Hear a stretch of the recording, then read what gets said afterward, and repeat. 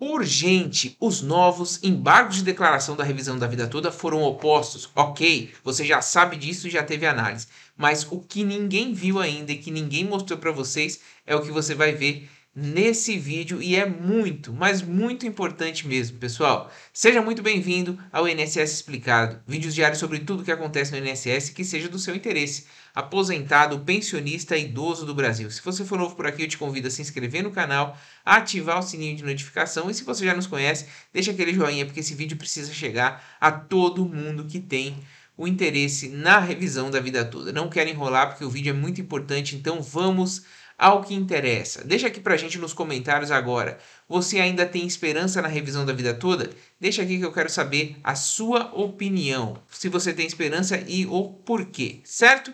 Vamos lá.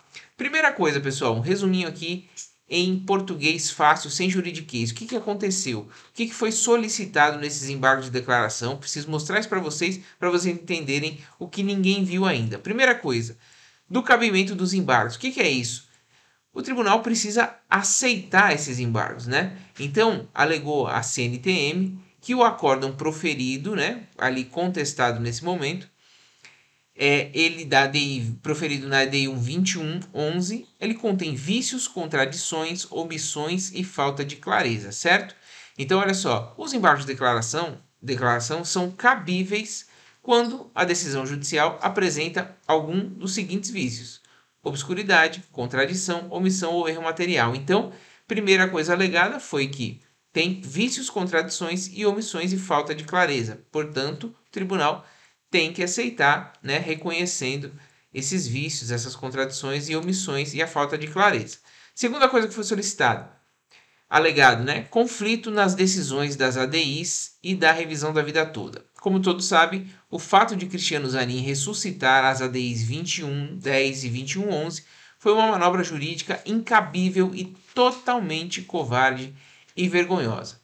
Como o direito da revisão da vida toda já estava garantido, e todos sabem disso, inclusive o próprio STF, né, e os seus integrantes, os 12, ele buscou nas ADIs uma forma de invalidar o que foi decidido no tema 1102. Então, foi isso que aconteceu. Então, o ponto 2, que está sendo ali alegado, é que houve conflito na decisão da ADI com o tema 1102, que é a revisão da vida toda. O 3, a questão da segurança jurídica e overruling. O que é isso? Muita gente nos perguntou aqui nos comentários. Questão da segurança jurídica, todo mundo já deve imaginar que é uma decisão que foi proferida, todo mundo ali comemorou o seu direito e de repente o tribunal tira. Qual segurança você tem jurídica a esse respeito? Como você vai confiar em uma decisão, né, judicial, proferida principalmente pela mais alta corte do Brasil? Como você confia numa decisão dessa, sendo que eles podem mudar a qualquer momento, né? E principalmente prejudicar o direito de quem já tinha. Se for um novo entendimento dali para frente, ok. E overruling, o que é? Overruling é um termo jurídico que se refere à alteração do entendimento de um tribunal sobre um tema jurídico anteriormente pacificado. Ou seja, né, o tema 1102, a revisão da vida toda, estava pacificada já. E aí houve o overruling, que é justamente a mudança do entendimento. Mas e aí, como é que fica? E como a decisão já era pacificada, como confiar na justiça se ela pode subtrair seu direito de acordo com os interesses políticos? Afinal, o artigo 5º da Constituição Federal, ele determina o quê? A lei não prejudicará o direito adquirido, o ato jurídico perfeito, que é justamente isso que ocorreu, né? E o trânsito e a coisa julgada, que seria quem tinha trânsito em julgado já nesses processos. Mas o que ocorreu no tema 1102 foi um ato jurídico perfeito. E aí eles arrumaram um jeito, né? Então, havendo o overruling, a mudança de entendimento, tem que ter o que, pessoal? A modulação, para falar como é que fica, né? Já é óbvio, quem tinha o direito tem que permanecer. Mas como é que fica o pessoal que não tinha direito ainda? Enfim, é a modulação que é tanto solicitada e tão falada nos vídeos. Só complementando, o overruling permite que os fundamentos que levaram à formação de um precedente sejam reavaliados. A partir dessa análise, o tribunal pode atribuir uma nova interpretação que pode ser total ou parcialmente diferente da anterior, mas a partir dessa análise, não retroagindo. O tribunal que criou o precedente pode rever a tese antes firmada, desde que justifique os motivos para tal alteração. E tá difícil justificar, né, pessoal? Muito difícil mesmo. Estão passando a mão por interesse político e a gente já viu isso. Somente o tribunal competente para criar o precedente ou um tribunal a ele superior pode alterá-lo. A gente tem algum tribunal superior ao STF? Não temos. Então, ele próprio pode alterar, que é o que a gente está vendo aí, o que está acontecendo. Mas de forma sem fundamentação legal, né? De forma infundada. 4. A segurança jurídica foi comprometida, já que o acórdão na ADI 2111 modificou o entendimento já consolidado no tema 1102, que é a revisão da vida toda, visando proteger as 102 mil ações que foram interpostas antes da modificação do entendimento. Então, a segurança jurídica a gente já sabe, já tinha explicado para vocês, esse foi o 4º ponto. O 5º, a nova norma não pode ter efeitos para prejudicar o segurado, retroagir. Então, também um pouquinho de mais do mesmo aqui. Só está especificado, né, na petição. 6. Caso a decisão das ADIs seja mantida, que os efeitos sejam modulados, ou seja, é um pedido desde o início, né, para que os segurados que ingressaram com as ações até 21 de março de 2024 tenham seus direitos preservados, pelo menos esses. Daqui para frente seria o novo entendimento, né, dali para frente, ou seja, de 21 de março em diante. 7º, apresenta comparações com precedentes anteriores, em que houve modulação de efeitos para que o novo entendimento seja apenas da nova decisão em diante. Isso é óbvio, né? Inclusive tem muitos entendimentos e decisões do STF que não precisou nem modular, que a decisão ela é válida dali para frente e dali para trás quem tem um direito tem que ter esse direito preservado. Mas na petição a CNTM traz comparativos, né, em que o STF já fez esse tipo de modulação e está pedindo para que faça novamente. E aí, pessoal, a pergunta: mas não é o mesmo que foi pedido no primeiro embargo, né, nos primeiros embargos de declaração? Sim, é isso, pessoal. Exatamente o que foi pedido nos primeiros embargos de declaração está sendo pedido agora. Então, o que a gente corre o risco aqui, né? Ninguém falou isso, está falando dos embargos muito bem feitos, realmente foram muito bem feitos. Mas o primeiro também foi muito bem feito. E a gente está lidando com um julgamento político e não um julgamento ali de mérito, né? Um julgamento de verificando o direito em si através da legislação.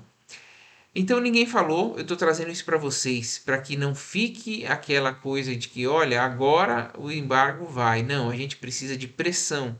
Pressão porque as alegações são as mesmas, exatamente as mesmas do primeiro embargo de declaração. E o que pode acontecer agora? O que pode acontecer agora é o seguinte: o tribunal, o STF, né, e o relator podem acolher. O que é isso? O acolhimento dos embargos significa que um juiz ou tribunal aceitou o pedido de esclarecimento sobre uma decisão judicial anterior. Então, presta atenção.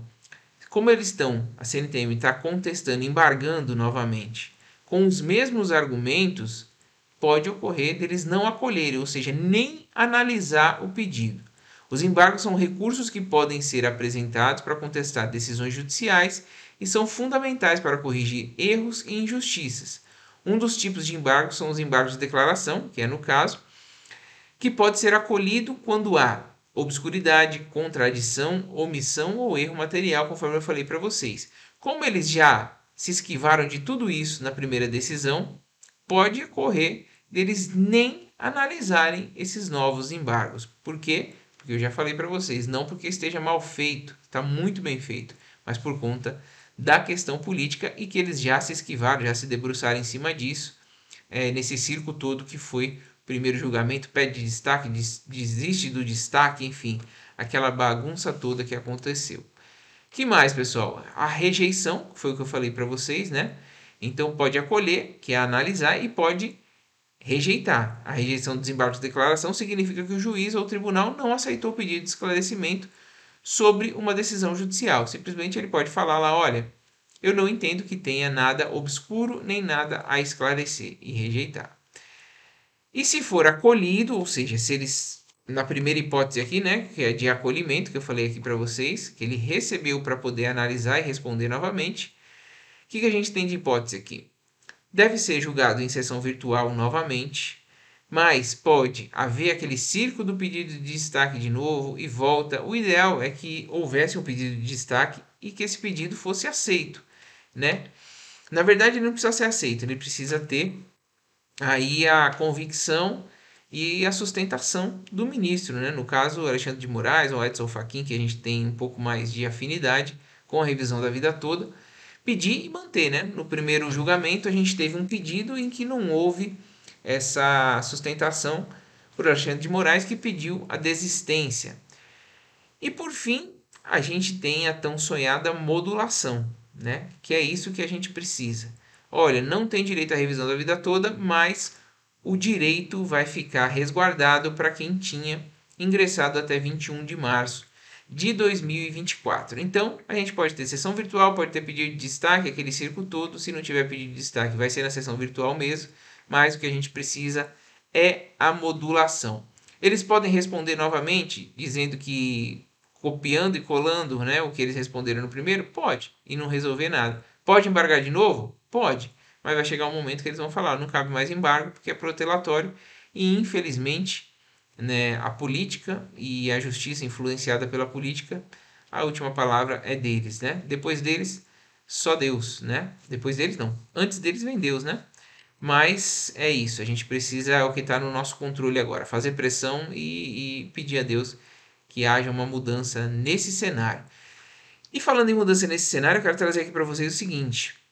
Já trouxe em outros vídeos e quero aproveitar. Diante desse cenário todo que eu passei aqui para vocês, a gente precisa votar no projeto de lei 1460 de 2023, que ele autoriza a revisão da vida toda, transforma ela em lei. E aí, transformando ela em lei, inclusive, eu já detalhei aqui para vocês, vou deixar no primeiro comentário fixado. Eu expliquei tudo o que tem desse projeto de lei. E é o seguinte, ele simplesmente regulamenta a revisão da vida toda, né? Inclusive ele já faz um cronograma de pagamentos para todo mundo de acordo com a idade, ou seja, é a modulação perfeita para todo mundo que teria direito à revisão da vida toda. Então, eu vou mostrar aqui para vocês, vou deixar no primeiro comentário também como você faz para clicar no link e cair direto nessa tela para poder votar. Tá vendo que está aqui em tramitação. Começou com o senador Paulo Paim, então ele está no Senado aguardando despacho. Mas o que o político faz? Ele só dá andamento quando ele vê que tem uma pressão popular, que tem muito interesse popular, que vai gerar o quê? Visibilidade e voto para ele. Então, como é que está esse projeto de lei? Quando você clicar no link que está aqui no primeiro comentário fixado, você vai ver aqui, ó, a gente tem 2022 votos. Esse projeto de lei ele está aqui desde 2023, aguardando, né? Desde 28 de março de 2023 e ninguém se manifestou ainda, pessoal. Então, 2022 votos, sendo que a gente tem 102 mil pessoas que têm direito à revisão da vida toda, eu não consigo compreender por que esse projeto de lei só tem 2 mil votos e 28 contrário, hein, pessoal? Então, por que o político vai dar atenção a isso? Só tem 2 mil votos aqui? Não interessa. Ao passo que se a gente compartilhar, pedir para os amigos, parentes, né, família e nós próprios votarmos porque é do nosso interesse, a gente vai ter no mínimo 100, 200 mil votos. Então você pode clicar aqui, ó, quando você cair nessa tela, opine sobre essa matéria. E aqui, né, eu mostrei o projeto de lei para vocês, mas não vou mostrar, me ater a isso agora, porque senão o vídeo vai ficar muito longo, mas vou deixar o link em que eu mostro tudo sobre esse projeto, né, leio para vocês aqui, explico cada parágrafo, cada artigo. Então, esse é o texto, tá vendo aqui? Ele tem todo o cronograma de pagamento já para quem tem 80 anos, 70 anos, 65, 60, tudo o que você precisa, que você está buscando, dependendo da decisão política do STF, isso aqui se tornaria uma lei se a gente tiver aí o comprometimento de fazer esse voto. Então, ó, como é que você faz? Clicou aqui, opine sobre essa matéria, ele vai perguntar, deseja confirmar o seu voto sim? Né? Ou seja, você é a favor desse projeto de lei, você vai confirmar. Aqui ele vai dar essa mensagem, é necessário se autenticar para realizar essa operação. Deseja realizar o login? Pessoal, é o site do governo, tá? Site do Congresso Nacional pelo E-Cidadania. Você clica em OK e aí ele vai abrir essa tela aqui para vocês, tá? Você pode entrar com gov.br, se você souber a senha, a mesma senha do meu INSS, ou você pode entrar com sua conta Google, que é mais fácil, né? Então, mas se você se sentir mais seguro, pode entrar com gov.br. Você vai, clica com entrar com Google, se você quiser, e aí ele vai aparecer o seu e-mail, né? Ou os e-mails que você tem. Você clica aqui em cima do seu e-mail, ou se você quiser utilizar outro e-mail que você tenha cadastrado no computador, você pode clicar nele também, né? Usar outra conta e vai clicar em cima do e-mail. Clicou em cima do e-mail, ele vai dar aqui, ó, fazer login no portal e-Cidadania. Aqui está o e-mail correto, você clica em continuar. Clicou em continuar, ele vai dar aqui, ó, para você confirmar, né? Conta Google, INSS explicado, se tiver seu CPF e o seu e-mail. Você clica em confirmar novamente. Declaro que concordo com os termos de uso e tenho mais de 12 anos de idade. Você confirma também. E pronto, ó, você estava confirmando sua ação. Clique em sim ou não para concluir a operação. Clica aqui em OK e pronto. Seu voto sim foi realizado com sucesso. Se você não estiver conseguindo aí, pede o auxílio do seu filho, enfim, quem está mais acostumado na sua casa com informática, basta você clicar no link, no primeiro link aqui do comentário, primeiro comentário fixado, que você já cai direto nessa tela. Então peça ajuda, compartilhe nos grupos do WhatsApp aí, da sua família, dos seus vizinhos, e peça para que votem. Não precisa ser só quem tem direito à revisão da vida toda, é a opinião popular. A gente não precisa, não pode, a gente pode ter, tem que ter um plano B. E esse projeto de lei, talvez ele se torne o plano A, por conta, né, da sacanagem que o STF tem feito com o processo tema 1102, a revisão da vida toda, juntamente com as ADIs. Então, só mostrando aqui para vocês, ó, o projeto está em tramitação, né, PL 1460 de 2023. Você pode pesquisar aí no Google se você tiver dúvida com relação a ele. E tá aqui, ó, se iniciou no Senado, depois ele vai para a Câmara e depois para a sanção presidencial, se tiver aprovação nas duas casas anteriores. A gente precisa ter esse plano B, não tem problema nenhum esse projeto andar paralelamente com o tema 1102, com a revisão da vida toda, tá? Se sair no judicial, o projeto perde o interesse, né? Perde o seu significado aqui, ele perde o objeto. Porém, se a gente tiver um desfecho ruim no STF, e está caminhando para isso, infelizmente, a gente já tem esse projeto de lei aqui, a gente precisa avançar nele o máximo, se debruçar, votar e principalmente pressionar, né? A gente tem aqui ó, o senador Paulo Paim, enviar mensagem para ele, esse aqui é o Instagram dele, Paulo Paim senador, envia mensagem, cobra, e aí? O projeto de lei 1460 de 2023 não vai sair não? A gente tem aqui o Facebook dele também, né? Senador Paulo Paim, o e-mail dele, senadorpaulopaim@senado.leg.br. Você pode mandar e-mail, você pode cutucar nas redes sociais e pedir o andamento desse processo, né? Mas, repito, se a gente não tiver votando, se a gente não tiver pressionando, principalmente a questão dos votos, que é muito mais simples, né? Eles não vão dar atenção ao projeto de lei. Afinal, eles precisam de voto, né? Então, se não votar, se não converter em votos, não adianta para eles, né? Votos e visibilidade. Certo, pessoal? Então você esteve no INSS Explicado. Eu mostrei aqui para vocês que os embargos eles são um pouco de mais do mesmo do embargo anterior. Então fiquem atentos, não deixem esse assunto morrer, porque pode ser que eles rejeitem, pode ser que acabe não dando em nada, e foquem suas atenções, principalmente nesse projeto de lei. Peçam ajuda se vocês não conseguirem votar e compartilhem, porque isso é muito importante para a gente ter um plano B, certo? Muito obrigado pela audiência, um forte abraço e até o próximo INSS Explicado.